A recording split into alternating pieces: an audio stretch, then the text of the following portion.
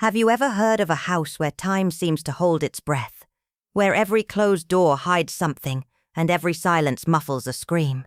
The story you're about to hear isn't just about a murder. It's about truths buried deep beneath polished floors, about relationships built not only on lies but on the fear of being found out. When an old diary surfaced, when a faceless name returned, when a locket revealed the memory someone tried to erase, that's when we learned truth never dies. It simply waits. Waits for a crack in the mask, a single misstep, a moment where everything collapses. So if you're ready, let me take you into a mystery where the truth doesn't speak, it watches. The golden light of dawn stretched cautiously across the worn gravel paths and ivy-draped columns of Ashcombe Grange, painting elongated, shivering shadows on the damp earth, as if the morning itself hesitated to fully reveal what lay hidden in the corners. Eleanor Merton, still clad in her faded gardening apron and gloves darkened by compost, knelt beside a tangled clematis that refused to climb its trellis, her every motion precise yet distracted, as though her thoughts wandered far beyond the roots and petals before her. The air was alive with the muted chatter of starlings and the lazy hum of a hornet circling near the sweet pea vines, but beneath the surface calm, a strange stillness loomed, something almost expectant. Just as Eleanor rose from her cushion, brushing bits of moss from her skirt, the wrought iron gate gave a sharp creak and swung open to reveal Mrs. Redley, flustered, winded, and visibly charged with news too big to hold. "She's returned, Eleanor," she breathed, her voice both thrilled and wary. "Veronica Alton back at the estate." Eleanor stilled, her eyes narrowing slightly. "I'd heard rumors," she replied, her tone careful. "Didn't think they were true. Thought she'd vanished for good. Like the others." "Oh, but she's real enough," Mrs. Redley said with a shaky chuckle, pressing an envelope into Eleanor's hands. "And she's hosting a garden luncheon Saturday. Only 12 invited." The card smelled faintly of lavender and something older, something musty, like attic air and forgotten lace.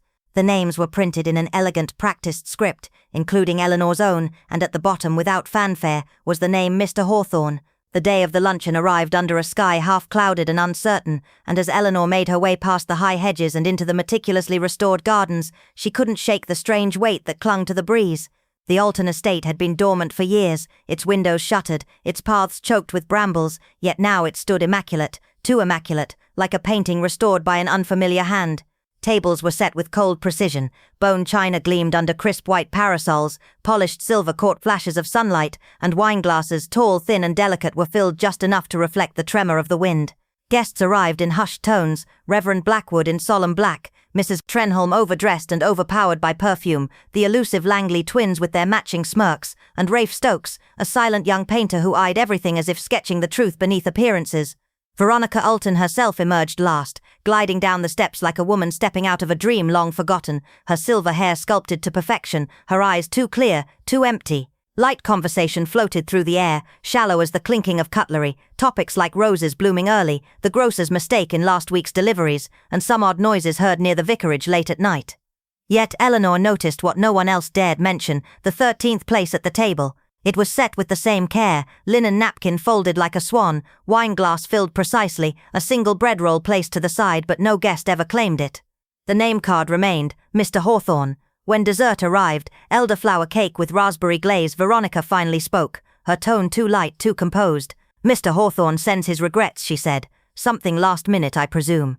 The others nodded politely, but Eleanor's gaze lingered on that glass, untouched, yet slightly chilled, as though someone had held it briefly and then vanished. 13 at a table is said to bring misfortune," she murmured, not quite to anyone, not quite to herself. Mrs. Trenholm gave a nervous laugh, glancing instinctively around the table. "There are only 12 of us." Eleanor smiled faintly, her voice softer now. "Yes, now." Silence fell for a moment, just long enough to notice the sudden stilling of the birdsong. Veronica's eyes flicked toward Eleanor, and for a heartbeat there was something raw beneath her practiced smile, an unease, quickly buried. The conversation shifted again, this time to travel plans, and the odd creaking noise the butcher's van had made last Tuesday. By the time the sun dipped and the wind returned with a colder edge, the guests were already drifting back down the garden paths, leaving behind half-finished wine and uneaten fruit. Eleanor, returning home, placed the invitation carefully into a worn journal marked occurrences and oddities, and stared at the name once more, Mr. Hawthorne. She whispered it aloud, tasting its weight. It was a name she had not heard in over 20 years, a name tied to a disappearance, a locked room, and a single unfinished portrait. No one had ever found him, and now he had returned, if only in ink and setting, to a lunch where every detail had been planned, except perhaps the truth. It was just after the first toll of noon when the ripple of unease spread, not by any formal notice, nor even by whispered parish gossip, but through Ellie Braithwaite, the baker's flame-haired daughter, whose urgent footfalls echoed down the cobblestones of Briar Lane like the drum of an approaching storm. She crashed through Miss Edelyn Shaw's ivy-covered gate, with a face flushed not from exertion alone, but from something colder, something unnatural, clinging to her voice like a fog. "Miss Shaw," she gasped, eyes wide, clutching the iron fence as if reality might slip through her fingers otherwise. "They found Mr. Lionel Grigg, in his study. Dead. Just sitting there as if he was still about to speak." Edelyn, who'd been trimming the wilting petals from her violets, did not cry out, nor did her hands tremble. She merely straightened, slowly, her expression quiet and hard as porcelain. Still holding his pen, Ellie continued, voice cracking, like he froze mid-thought. Door locked from the inside, curtains drawn, lamp still burning from the night before. Constable Hodge says it didn't look like a peaceful end. Looked like he'd seen something terrible. The chill that ran down Edelyn's spine was not from the wind that rustled the hedgerows. That evening, seated with the vicar's wife in a room that smelled faintly of dried lavender and tea biscuits, Edelyn turned the cup in her hands without drinking. "Lionel wasn't a man to forget breakfast," she said quietly. "Nor to let the morning paper go unread. Something stopped him, and not something mundane." Mrs. Templeton smiled nervously. "At his age, the heart can give out without reason." Edeline raised a brow, her voice barely above a whisper. "But fear leaves traces. You should have seen the way his study looked. Chair angled just slightly from the desk, as if turning away from someone, or something." They fell into silence, the fire crackling with a sudden pop that made the older woman flinch. What they didn't yet say out loud had already started weaving through Evermere's veins. The luncheon 2 days prior at the Grange had been meticulously arranged, a dozen polished guests, silver polished to a blinding gleam, and rhubarb tarts sweetened beyond tradition. 12 replies had come, 12 names accounted for. But Edeline remembered that moment before they sat, when she'd glanced at the table and noticed something, a 13th place setting, complete, deliberate, knife, fork, glass, even a napkin folded in the same fan-like precision as the others. But no one ever took that seat. And by the time dessert was served, the place was quietly gone, cleared without mention. "Perhaps a maid's mistake," said Mrs. Delaney when Edeline brought it up. "They sometimes overcount."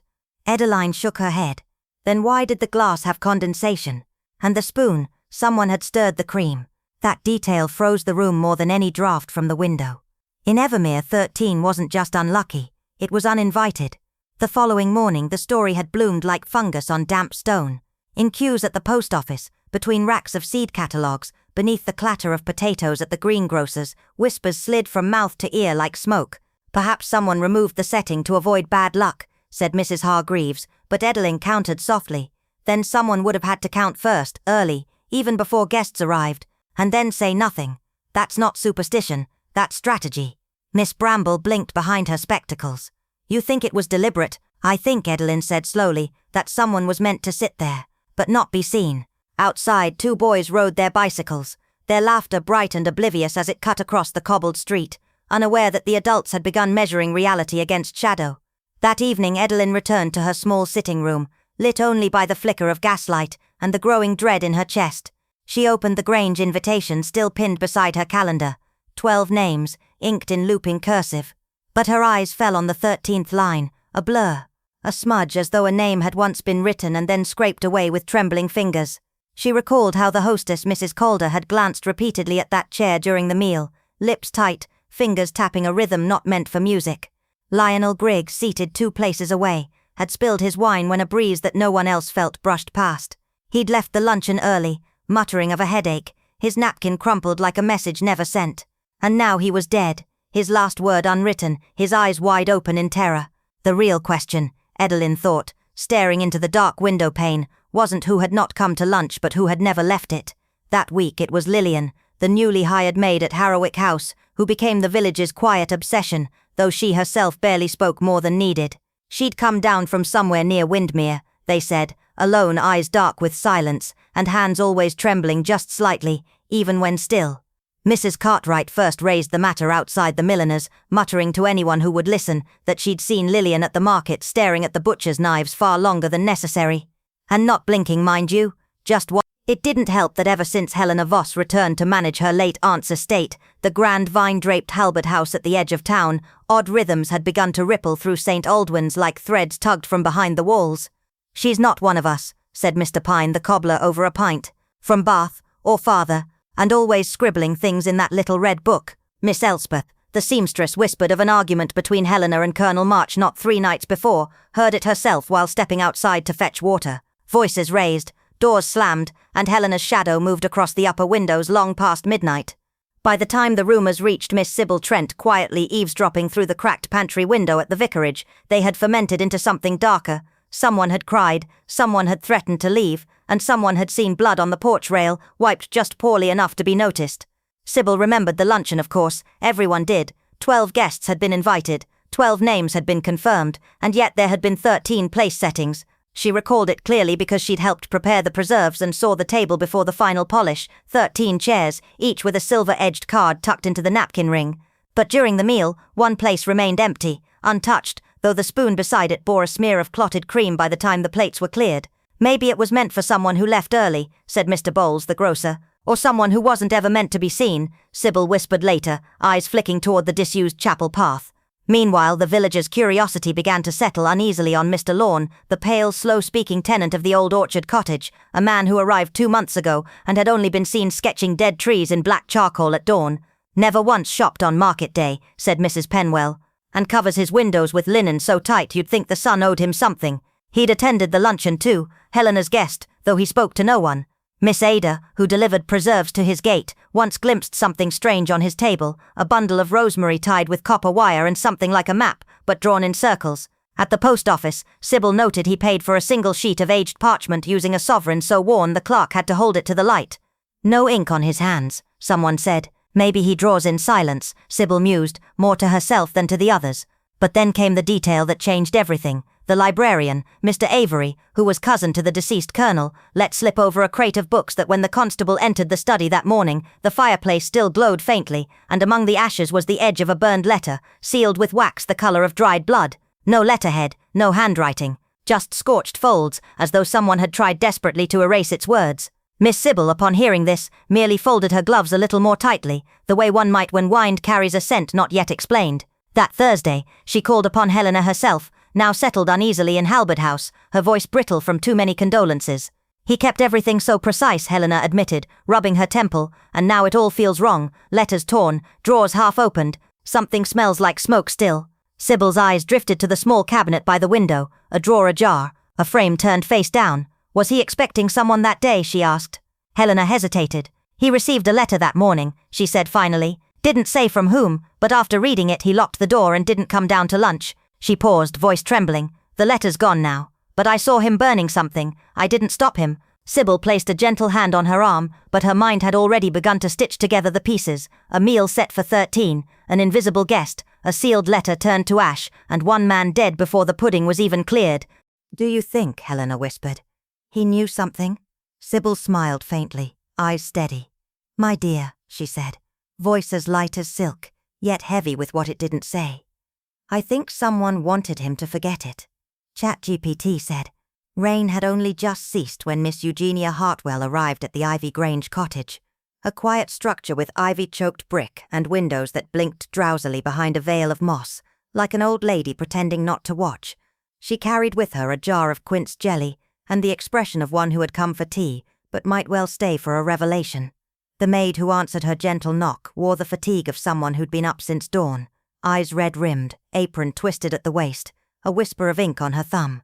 Miss Hartwell noticed it all, tucked it away, and followed the girl to the parlour, where Mrs. Lavinia Ormond sat composed on a pale velvet settee, her shawl the same muted green as the cushions, her demeanour a little too precise for comfort. The room smelled faintly of damp paper and violet talc. "Please do excuse the disorder," Lavinia murmured with a smile that clipped the corners of sincerity. "I hadn't expected visitors." "Nor did I," Miss Hartwell replied serenely, accepting a cup of elderflower tea she would not drink. The conversation drifted easily. Autumn roses, a broken fence near the vicarage, the unreliability of the new milkman, but each word hovered a bit too long in the air, like the smoke of a fire no one admitted to starting. Miss Hartwell mentioned in passing the late Mr. Edgar Pembroke, Lavinia's brother by law, recently found collapsed in his study with no cause apparent.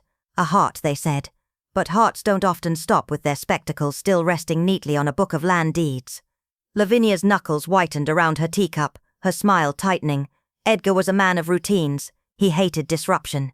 Disruption, Miss Hartwell echoed, setting her cup down. That's a curious word for death.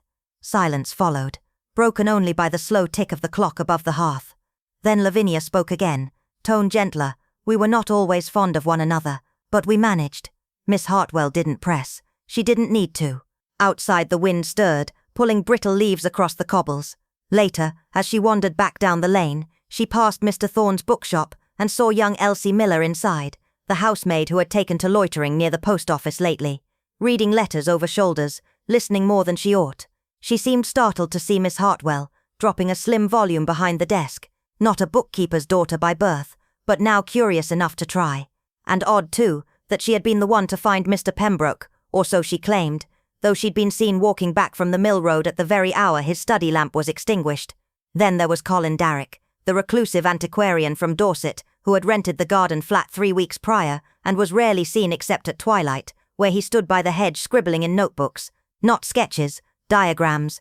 Miss Hartwell had seen one once left behind at the butcher's, concentric circles with a single name written repeatedly, Peregrine, a name with no known connection to the village, or so it seemed.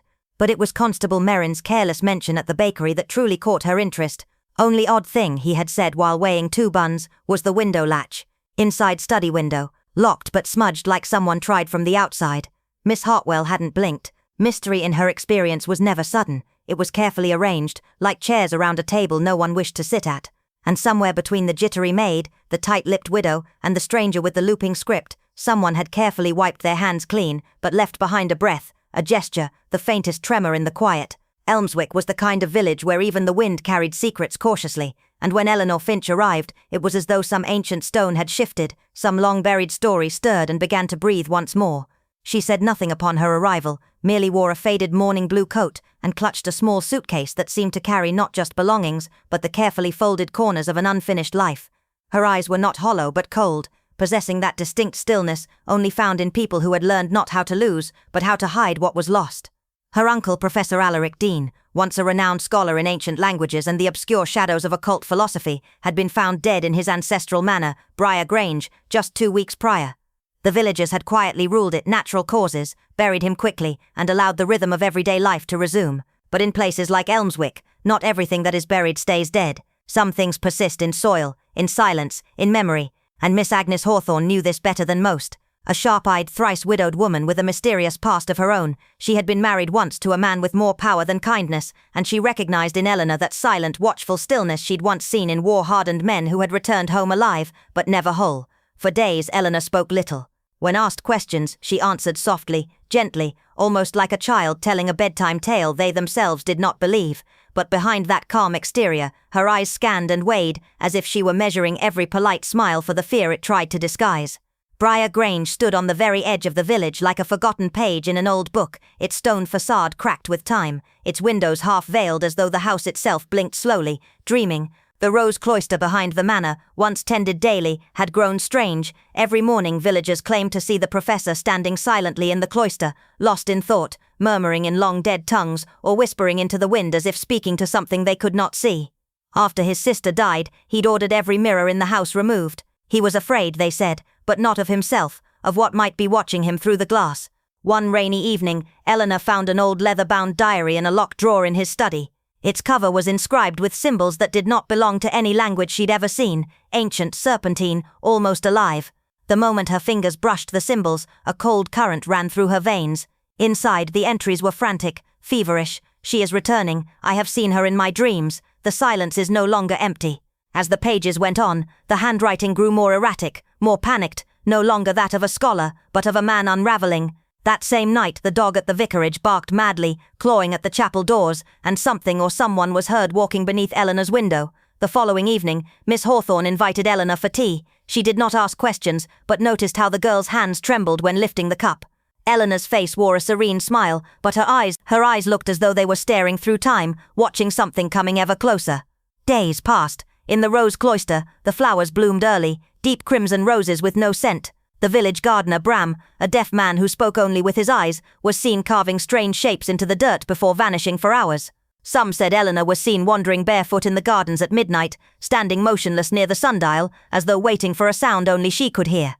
Then came the scream, a high-pitched wail that echoed beneath the earth, heard by an old woman who lived alone near the chapel ruins. The constable arrived to investigate, and found Eleanor seated in the drawing room, listening to a crackling record playing an old waltz, her expression so calm it seemed unnatural, as though she were dancing with something no one else could see. Later that week, a drunken church clerk swore he saw Professor Dean walking the cloister again, his mouth moving but no sound escaping. A ghost, someone whispered. But the baker's wife, who had once cleaned Dean's study and remembered how he used to lock the doors twice, said grimly, "No, not a ghost. This is something older." One evening Miss Hawthorne spotted Eleanor standing by her uncle's grave, not touching the earth but hovering over it, her fingers stretched just close enough to feel its breath. In her hand was a sealed envelope, yellowed with age, which the professor had left behind with a simple instruction: open it when the past stirs again. And now that past had begun to tremble, scratching at its wooden box, threatening to rise. The weight of that envelope grew heavier with each passing day. Eleanor had not come alone to Elmswick. With her arrived a long dormant silence, something the professor had spent years burying beneath rituals, symbols and secrets too dangerous to speak aloud. And in a place like Elmswick, where whispers root into the soil and silence grows like vines, it's not the noise that scares people, it's the moment when the silence finally breaks. Because when it does, it doesn't just reveal the truth, it awakens something else. The villagers of Blackmere had always said that time moved strangely beyond Ash Lane, where the mist rolled in low even on dry mornings, and the crows circled overhead with an eerie intelligence, as though remembering something the living had long forgotten. When Isabel Thorne returned after nearly 15 years, emerging from the late autumn fog with a weathered leather valley-hunt remained, and a grey cloak pulled tight against her throat, it was as if the very air in the village held its breath. She was not greeted with warmth, nor with suspicion, but something quieter, a hush that settled over doorways and drew curtains to half-close.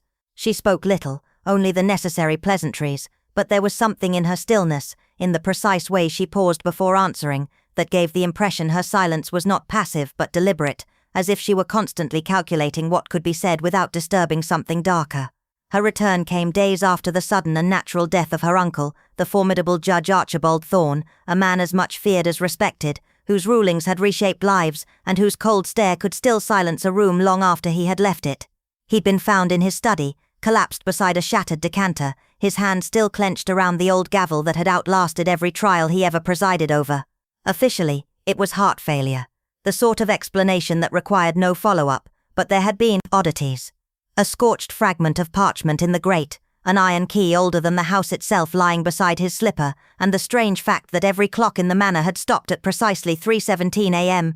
Isabel moved into Thorne Manor without hesitation, taking up residence in the decaying Gothic estate at the edge of the moor, a place where windows reflected strange angles and whispers travelled further than they should.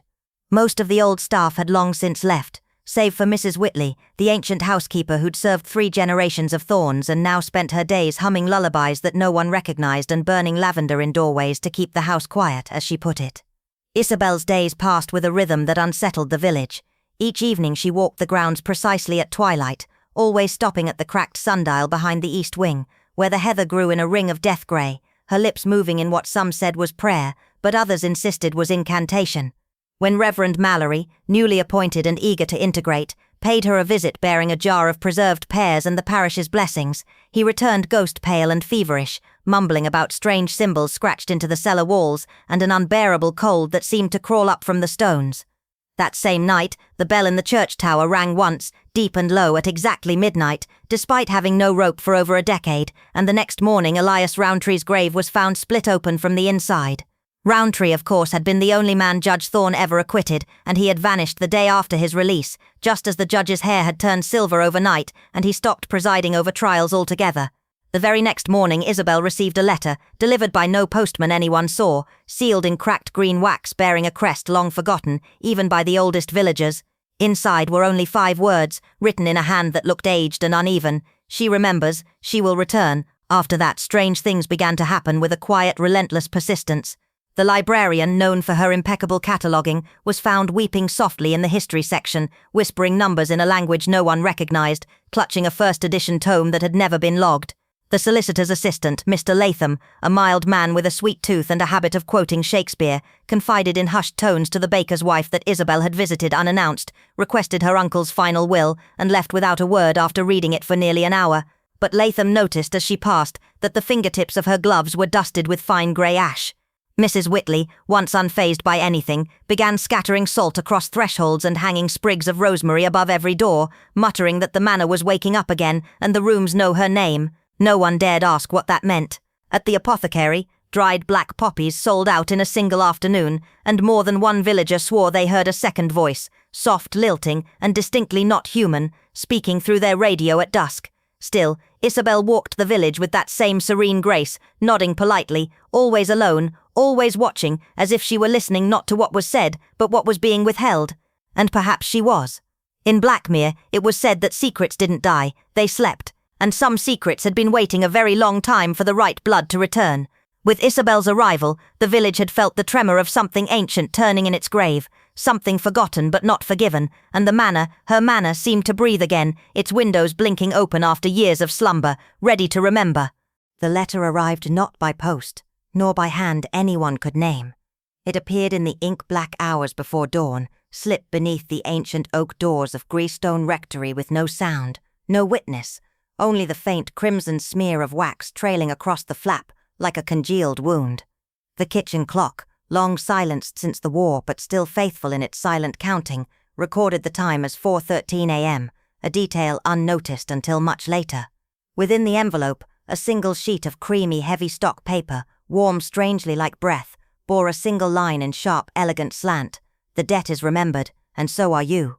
By breakfast, the vicar's wife had collapsed at the pantry door, and Reverend Eden, usually so composed, was seen sitting rigid on the garden bench, his eyes fixed unblinking on the looming yews, lips parted as though expecting judgment whispered from the branches.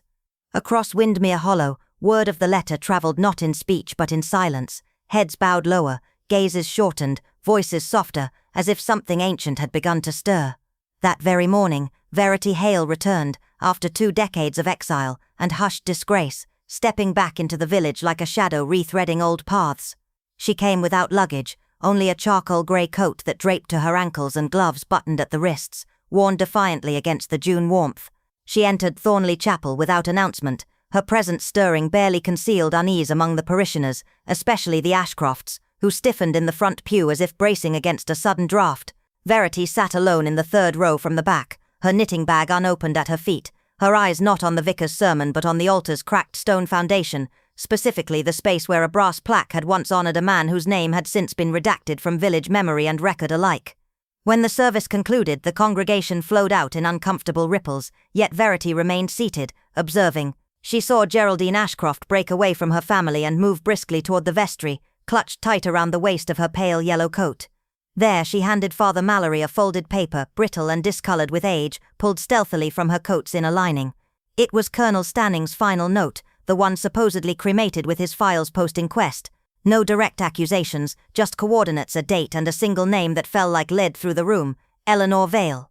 Miss Hale's expression did not change, but her gloved hands paused mid-motion, and her eyes, old watchful, held a flicker of recognition that did not go unnoticed by the stained-glass saints. Later that afternoon at the vine-choked Tolliver estate on the moor's edge, she paid a quiet visit to Jasper Wren, the reclusive painter whose mind had frayed at the same time as his eyesight. She brought marmalade and silence, 2 currencies Wren still respected. His voice was raspy as bone dust, speaking in riddles about oils and memory, how the canvas remembers what men beg to forget. Inside his studio, suffocating in dust motes and the stink of turpentine, a painting stood half-finished, a shadowed drawing room lit only by firelight. 3 figures lingered within. One unmistakably was the Colonel, upright and angular. Another was Geraldine, her posture too tense, too alert. And the third, half-turned with hair braided in an unfamiliar style, her face hidden, her presence unmistakably intrusive. "I never met her," Wren said softly, "but the brush, it moves when it must." That night the greenhouse at the Ashcroft estate burst from within, every pane shattered outward, no sign of forced entry. The stone cherub from the fountain, usually too heavy for a single man to lift, was found placed delicately, grotesquely at the foot of Mrs. Pemberley's bedchamber window, its hollowed eyes staring into the dark. The next morning, Constable Reed, in full uniform and carrying more discomfort than authority, arrived at Thornley Cottage and asked Geraldine to accompany him for questioning. He clarified, not arrest. Still, every curtain on the lane twitched in unison. The whispers followed before she reached the gate. A ledger had been unearthed among the colonel's effects, tucked inside the lining of his trunk behind a false panel, lists of names, each marked with strange notations, settled, deferred, cleared, and one, underlined twice, Geraldine. At Dalloway's General, Miss Keene whispered over a tin of rosehip tea to Miss Hale. They say it's about the belladonna, hidden in the tea tin, her initials scratched beneath the lid. Miss Hale did not reply, she merely nodded once. In her long experience, guilt did not announce itself. It lingered in the hush, in the stillness between denials, in the tremor of hands pouring tea. Geraldine Ashcroft had the wrong kind of stillness, studied, rehearsed, the kind that belongs not to innocence, but to those who know eyes are always watching. Yet deeper than suspicion, something else gnawed at Verity Hale's memory. The 14th chair at the Colonel's final supper, pulled back slightly, never claimed, the untouched port glass, and the faint smear of lipstick on its rim, a deep plum shade no one in the household wore. Ghosts, she knew too well, didn't always knock before entering. Sometimes they arrived unbidden, let in by forgotten promises, by debts whispered across time, and when they came due, they collected not in gold, but in truths too long buried. The garden fete at Thistlecroft Hall ended with the clink of teacups and the polite rustle of linen dresses, yet an undercurrent of unease lingered in the air, like a storm that refused to break. As twilight draped itself over the ivy-covered estate, Lady Ashcombe lingered alone beneath the rose-draped arbour, her eyes distant, her fingers trembling slightly as she lifted the silver cloche covering the leftover lavender tarts and found instead a single envelope, delicate and yellowed, sealed not with wax but pressed closed by a withered violet, its petals dry and brittle as old bones. No one had seen it placed there. Inside the envelope was a torn scrap of brittle ledger paper, the kind used decades ago, bearing only 2 lines of writing in a spidery angular hand. One return remains unpaid. You'll know the time by the bell. The words chilled her more than the evening air. That night, as the hall slumbered and the moon slid behind bruised clouds, the old grandfather clock in the drawing-room, silent for nearly half a century, suddenly groaned and struck once at precisely 3:07 a.m., then stopped dead, its pendulum stilled, its hands frozen. By dawn the village was already murmuring. No windows broken, no locks tampered with, but someone or something had entered the manor, moving with uncanny precision. The only thing found missing was an old framed photograph that had long sat forgotten on the drawing-room mantel, an image of a young girl in a larkspur-patterned dress, her eyes sharp and knowing, her name unknown even to the housekeeper. It was as if she had been erased. That morning Miss Henrietta Vale, who had not been seen at a parish gathering in over 2 decades and now lived above the apothecary with more whispers than visitors, was spotted walking alone at dawn near Ashcombe Woods. Her gloves were buttoned tight despite the heat, her eyes red-rimmed and her voice low and strange as she murmured to herself, "He said it was forgiven, but the soil doesn't forget." When the groundskeeper asked her if she was all right, she merely smiled faintly and said, "Some roots grow backwards." That same afternoon, the butler, while descending to the wine cellar, narrowly avoided falling. Someone had stretched a length of fishing wire across the top step, almost invisible in the dim light. Later, a dusty sugar tin in the scullery was found to contain a cork-stoppered glass vial with its faded label barely legible, tincture of digitalis, a deadly compound, long since outlawed. The curate, Mr. Fenn, received a parcel addressed in a hand that made his fingers tremble. The script belonged to Reverend Ambrose, his mentor presumed dead after his disappearance in 1934. The parcel contained an old diary, the entries erratic and obsessive, filled with dates and names that matched an old Ashcombe family ledger, long thought destroyed. Beside each name was scrawled a notation, deferred, silenced, withheld, and one circled in dark heavy ink simply read, Alice. That evening, Lady Ashcombe locked herself in the glass conservatory, speaking to no one save her daughter Isabel, to whom she whispered only one thing before falling silent again. The bell tolled for the one we left behind. Fog drifted down Chapel Lane that night like smoke from a smothered fire, and just before midnight, the caretaker's shack, long abandoned, erupted in sudden flames.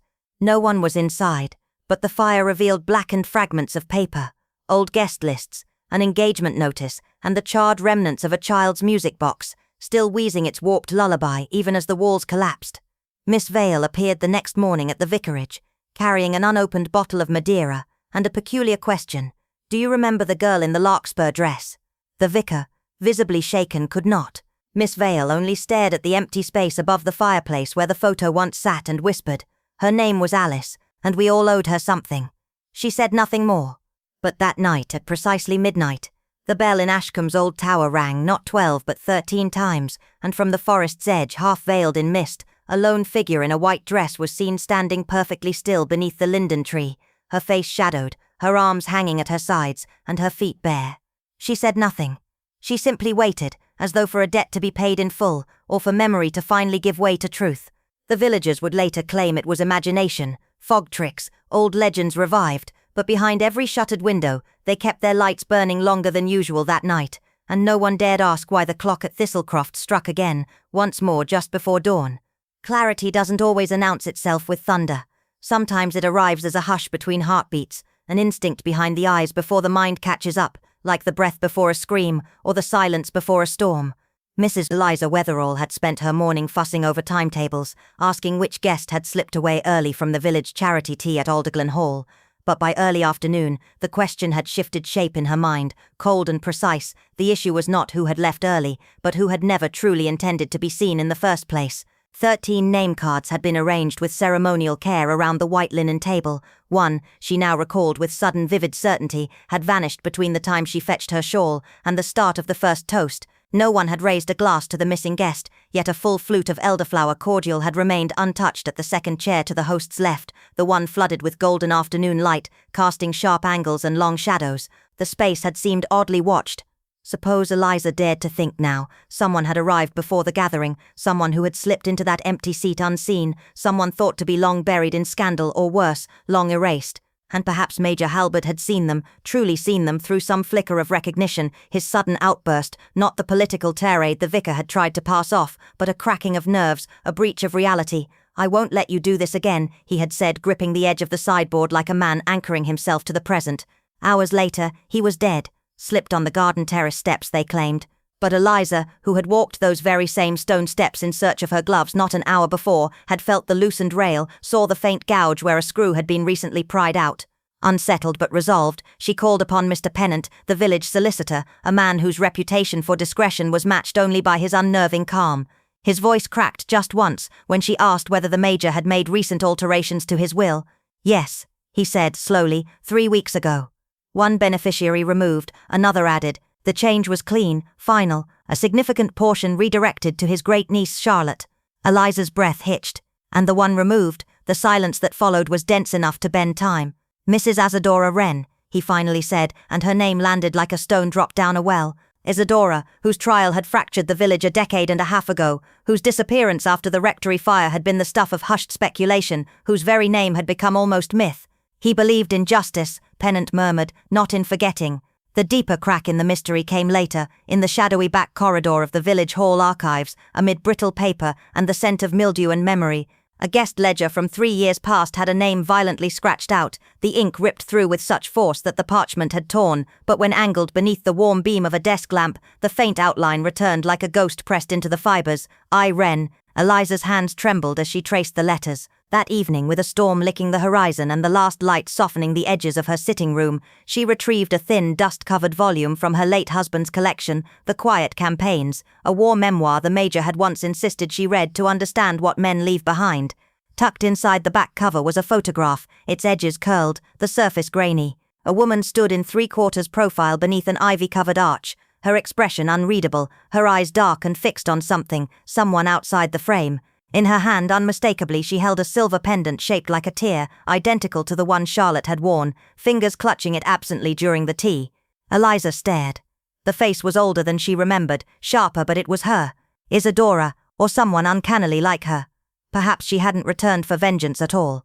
Perhaps she had come for something more dangerous, the truth. From the fields beyond the orchard, the bells at St. Brigid's struck a single note off-tempo, dissonant, and from the rising mist a pale figure emerged, not creeping nor confident, simply present, a shadow with no name, moving slowly toward the lane that once led to the rectory. Eliza stood at her window, the photograph pressed to her chest, her breath thin and cold. "Some returns," she whispered, her voice barely carrying across the hush of the parlor, "aren't visits at all, they're reckonings." And the village, which had buried its secrets under hedgerows and hymns for years, would now have to remember what it had tried so hard to forget. The photograph had been tucked discreetly inside the cover of an old gardening almanac, its edges curled from age, its once crisp gloss now dulled by the slow creep of time, but the woman in the image remained disturbingly vivid. Her face was hauntingly familiar, eerily so, with the same high cheekbones and poised expression as Helen D'Orsay, the elegant and famously guarded mistress of Ashcombe Hollow, and yet there was something in the woman's gaze that did not align with the woman Helen had become, an openness, almost fragile in its sincerity, a wounded softness that seemed impossibly out of place for someone so carefully composed, so calculating. Miss Lillian Archer, retired headmistress and quiet observer of village affairs, studied the photo in silence, fingers brushing the image like one might graze the surface of water, trying to decipher a reflection just out of reach. The ribbon in the woman's hand was not tied into her hair or fastened to a dress as fashion dictated, but instead pressed gently to her lips, as though she held it like a promise or a memory too painful to speak. Lillian remembered the luncheon at Ashcombe all too well. The heavy silver, the glint of glass under late autumn sun, and the way Helen's hand had trembled ever so slightly as she lifted the elderflower cordial to her lips. A tremor so faint it might have passed unnoticed, if not for what occurred mere hours later. Lord Bramley found lifeless by the lilies, neck broken in what was swiftly called an accidental fall from the greenhouse steps. It had been declared unfortunate, unavoidable, but Lillian had spent a lifetime reading subtext in the silence between words, in the tightness of a student's jaw, in the hesitations people believed they concealed. And something about Helen's dispassionate composure and the curious absence of grief, true spontaneous grief, had troubled her deeply. Over the weeks that followed, she began asking gentle questions masked in pleasantries, gathering small truths like breadcrumbs dropped in shadowed corners. At the chemist's shop, tucked between dusty jars of eucalyptus balm and beeswax polish, she found what she hadn't even dared hope for, a prescription ledger, handwritten and methodical, where one entry stood out: a bottle of chloral hydrate, issued 10 days before the fatal fall, prescribed not to Helen but to a reclusive maiden aunt whose name hadn't surfaced in years. Collected in person, murmured Mr. Tilney, adjusting his spectacles with a curious frown. Said it was for sleep. Nerves. But the signature on the requisition was Helen's unmistakable calligraphy, bold and unwavering. Later that evening, beneath the dim lamplight of her study, Lillian placed the photograph beside a newspaper clipping from the Ashcombe Charity Gala 5 years earlier. The resemblance between the two women, Helen and her apparent double, was striking, undeniable, but they weren't the same. Not quite. The photo was older, the smile real, the pain unguarded. This wasn't Helen D'Orsay as she existed now, but perhaps a version of her she had buried, or worse, impersonated. A persona borrowed, a life repurposed. Lillian recalled the art show last spring, specifically, a disturbing unfinished painting by local artist Marius Kells. The canvas depicted the Ashcombe Gardens, drenched in a dusky twilight, and in the centre near the hedgerows stood 2 figures, one rigid and tall, undoubtedly Lord Bramley, the other blurred, turned slightly, as though mid-motion, as though leaving or returning. "I don't remember painting it," Marius had confessed. "It came out like a memory someone else handed me." When Lillian described the woman in the photo, Marius turned pale. "I saw her once," he said hoarsely. "Just once. At dusk near the Dovecote. I thought she was a ghost. But ghosts do not leave prescriptions behind. They do not tremble when cordial is poured. They do not carefully tip glass into stone basins hoping the water will swallow the sound." And now, with every thread she pulled, Lillian felt the picture unraveling. Helen wasn't merely hiding something, she was hiding someone. Perhaps herself, perhaps someone else entirely. Perhaps even the truth of a long-lost woman thought dead at sea, whose identity Helen had quietly claimed after a tragedy no one dared to question. Outside, the wind sighed through the ivy along Lillian's windowsill, like a whisper too ancient to interpret. And beyond the orchard, a pale figure walked slowly through the mist, her silhouette vanishing between trees as if retreating into the past, carrying with her the final piece of a story no one had ever wanted unearthed. It was not thunder, nor a storm that announced the unraveling of Elmhurst Hall's long-guarded secret. It was an innocuous gathering on a windless Thursday evening, summoned not by panic or alarm, but by an invitation so understated, so deliberately restrained, that its subtle insistence carried more weight than any formal decree. A carefully penned note, inked in Ethelyn Ward's impeccable script, had arrived at 5 separate doorsteps, each message laced with quiet precision, like a chess move designed long before the board was laid. The drawing room, curated with the grace of someone who understood how silence can be louder than truth, bore no signs of confrontation, only elegance layered over tension, porcelain teacups untouched, the scent of bergamot steeping in lukewarm water, lace curtains drawn just wide enough to frame the creeping dusk, and the hearth's fire whispering like a secret being stirred gently awake. Miss Ethelyn Ward, composed as ever in a charcoal-grey shawl that draped like fog across her shoulders, stood by the grandfather clock, the same one that had stood sentinel through every betrayal the house had swallowed. Its ticking, slow and deliberate, sounded less like time passing and more like time waiting. Seated in a semicircle of civility were Lady Corwin, her fingers coiled tightly around a delicate china cup, as though afraid it might shatter with the truth. Inspector Bales, his sharp eyes scanning every movement like a predator reading a storm before it arrives. Young Ivy Bexley, too quiet, her normally fluttering gaze fixed somewhere in the middle distance. Mr. Brooke, the solicitor, with lips pressed so thin they seemed sewn shut, and the Reverend Darnley, whispering silent prayers as though already mourning what would be said. "I do not seek to accuse," Ethelyn began, her voice as gentle and unwavering as snowfall, "only to reveal what has long remained carefully buried, beneath silence, beneath grief, beneath choices made in the name of survival." Her eyes drifted over them, pausing for a beat too long on Lady Corwin, whose mouth quivered before she pressed it flat behind her teacup. "This did not begin with murder," Ethelyn continued, "but with a miscalculation, a man lost to the sea, and a woman who, believing herself a widow, built her life again, but upon a grave that was never truly filled." Mr. Rook shifted, a small tick flickering across his jaw. "Archibald Fairthorne," she said, voice steady as stone, "declared drowned in 1912. A tragedy. A body unrecovered. A man mourned in public, but never forgotten in private. He did not die, he disappeared. And years later, returned.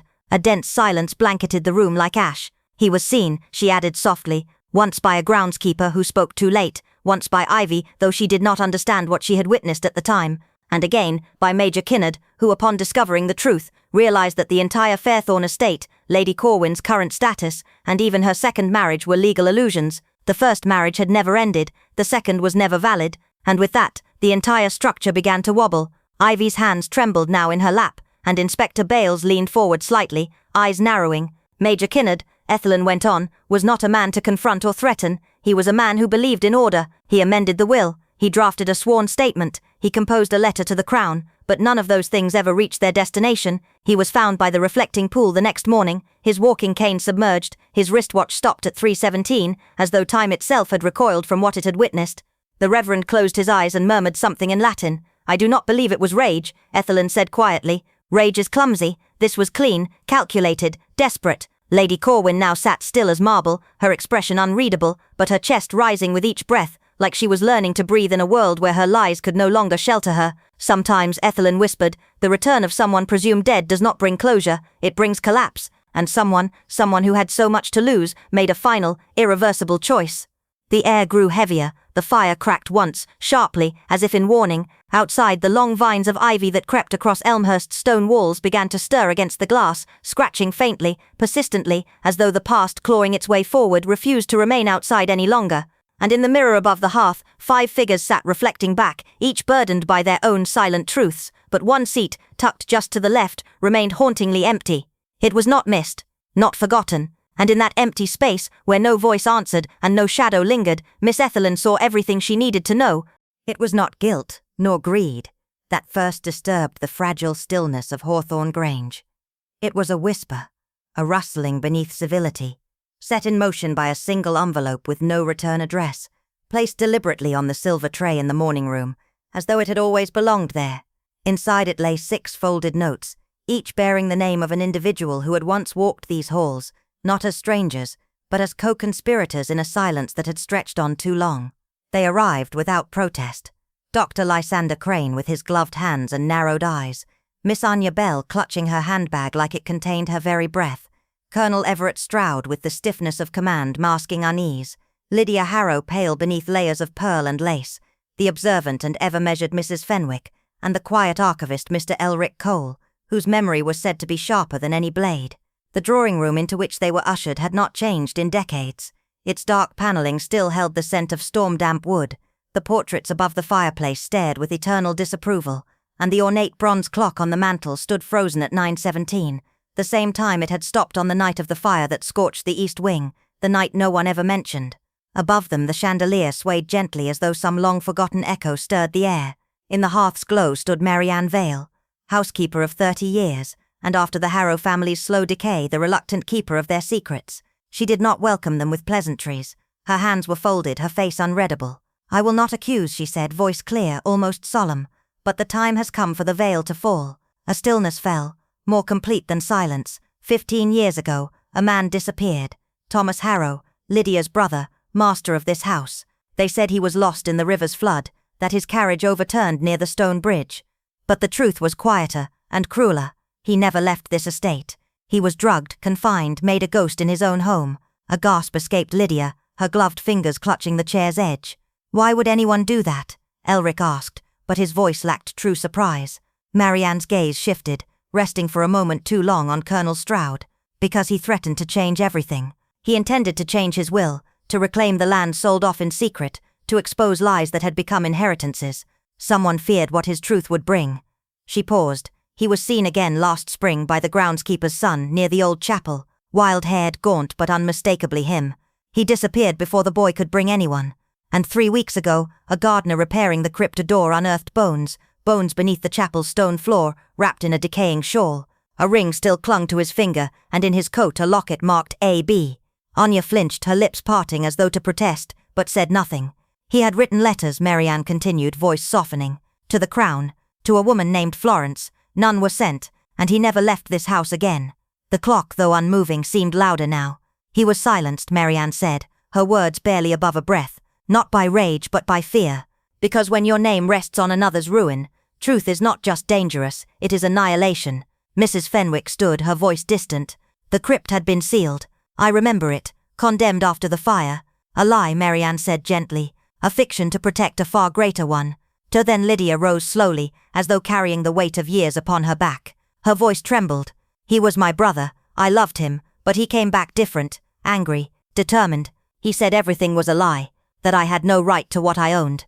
I thought I was protecting his legacy. But when he returned, when he threatened to upend it all, her voice cracked. I told myself I was only hiding him until things calmed, but then days became weeks, and I didn't stop it. She did not cry. Her confession was not a collapse, but the slow breaking of something too long held together.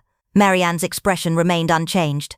You chose silence over salvation, and as the room fell into shadow, a wind stirred beyond the windows, brushing ivy against the glass like fingers searching for entry. Above the hearth, the mirror reflected all 6 guests. Yet one face turned slightly askew, blurred, flickering faintly, like something unresolved.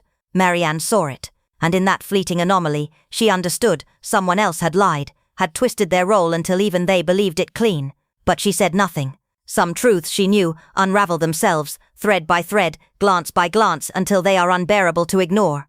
And when they do not shout, they whisper, and the house at last listens. The rain had ceased, but the earth still wept in Elmridge Hollow, a village too picturesque to admit the depth of what it buried. The ivy-strangled fences, the moss-stained gravestones, and the church bell that had not rung in months, all bore the weight of something unspoken. At the very edge of the lane, where the hedgerows leaned as if listening, Eleanor Blythe sat in the stillness of her parlour, untouched tea cooling beside a vase of foxglove, her embroidery resting in her lap with not a thread moved in hours. Once dismissed as the harmless spinster with a memory too sharp for comfort, Eleanor had lived long enough to know that tragedies rarely announced themselves. They accumulated like dust, unnoticed until the sun struck just right. Martin Elwood's sudden death had barely stirred the village, a reclusive historian with no close kin, no known enemies, and a heart deemed too fragile. But Eleanor had seen him the morning before he died, shaken, wild-eyed, clutching a faded envelope like a lifeline. He had stood outside the chapel ruins, speaking to a woman draped in grey, her face veiled not in fashion, but as if hiding from time itself. No one else mentioned her. No one else saw. His funeral was brief, attended only by the vicar, the grocer, and the village solicitor, who left early with a curious crease in his brow. But then, the oddities began, a torn ledger tucked into a returned library book with dates that never existed, a missing page from the parish records reappearing in the vestry candle box, singed at the edges and marked with a name long erased from village memory. The local children spoke of waking to voices beneath the floorboards. The blacksmith claimed someone had entered his cellar and left behind a copper pendant with an inscription in Latin, Quod tatua mane. What is kept silent remains. Eleanor, unnoticed but never unseeing, began her quiet investigation, not through confrontation, but with intent. She walked slower past windows that once reflected only lace curtains, lingered near the old schoolhouse where shutters now remained bolted, and left marked library cards in select books, knowing precisely who would borrow them. The Hollow had always been a place of appearances, of polished pleasantries masking old sins, but the facade had begun to rot at the corners. She discovered Martin's last notes hidden behind the false back of his writing desk, naming 5 villagers and one unnamed figure only described as the architect of forgetting. In one entry, dated a week before his death, he wrote, "They buried her twice, first in the well and then in memory." That was when Eleanor knew. Martin hadn't died of fear. He had died of truth. The kind that withers the heart, not with terror, but with the unbearable weight of clarity. The village had chosen silence 15 years ago, when a girl named Alice Wentmore vanished without a trace. The investigation closed with suspicious haste, and her grieving mother packed off to a sanitarium no one visited. The photo Eleanor received anonymously days later showed 6 villagers at a harvest supper, all smiling, except one, whose face had been burned away with surgical precision. The same 6 names Martin had scribbled on his final envelope. And so Eleanor stitched the past back into form, not with thread but with nudges. A line quoted aloud at the post office, a hymn hummed too pointedly during evening prayer, an old scarf returned to a doorstep wrapped in a lily, the same flower once placed on Alice's grave. The hollow would not erupt, it would shift, quietly, as it always had. One by one faces would pale, hands would tremble, eyes would search the hedgerows at dusk for something that was no longer content to stay buried. Because here, in this village of fog and manners, justice never knocked, it slipped through the cracks, waited in the shadows, and came in the form of a woman who listened, remembered, and never once looked away. And as Eleanor closed her curtains that evening, she felt it. The final seat at the table had never been left for the innocent or the living. It had been set long ago for the one who had waited in silence, and was now at last ready to speak. Some truths arrive not with thunder but with a slow, deliberate tap at the window, uninvited, inconvenient, and impossible to ignore. In the case of Eleanor Greaves, it was a letter slipped beneath her door on a windless morning, the envelope brittle, the ink faded, but the implications bleeding fresh into her world. The past she had carefully outlived, marriage to a man who had vanished without trace, years of whispered theories, the polite pity of a village too restrained to ask the right questions, had returned not in fury, but with a whisper of undeniable proof. A journal, his handwriting, a final entry dated one day after his supposed disappearance. And just like that, the illusion she had lived within of widowhood, of innocence, of peace, began to fracture. What followed was not scandal, not yet, but unease. The grocer who no longer met her eye, the librarian who hesitated just a moment before checking out her books. Someone remembered, or someone never forgot.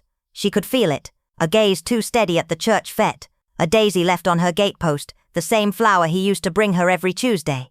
She read the journal at night, under lamplight, the words unfurling a secret she was never meant to know. Her husband had discovered something buried, someone else's guilt, and he had planned to expose it. The final pages were torn out. Now Eleanor faced a choice more terrifying than grief, what to do with truth. If she spoke it aloud, the village's quiet order would collapse, reputations would crumble, a woman who had long since rebuilt her life would lose everything, and Eleanor herself, well, she would be forced to admit she had not been a victim, but a silent accomplice to silence. What would you have done in her place? Would you have opened the door to the past and let it speak, or closed it forever, pretending you never heard the knock? Because guilt, as we've come to learn, is not always loud. Sometimes it's a perfectly arranged table setting, a smile held just a second too long, a life balanced precariously on the edge of one missing page. Tell me, what do you think Eleanor should have chosen? What would you have done? I want to hear your thoughts, your instincts, your theories. If stories like this stir something in you, if you find yourself returning to sentences, to silences, to the thrill of what lies beneath, subscribe to this channel. We bring you more tales where emotions run deep, mysteries unravel in hushed tones, and nothing is ever quite what it seems.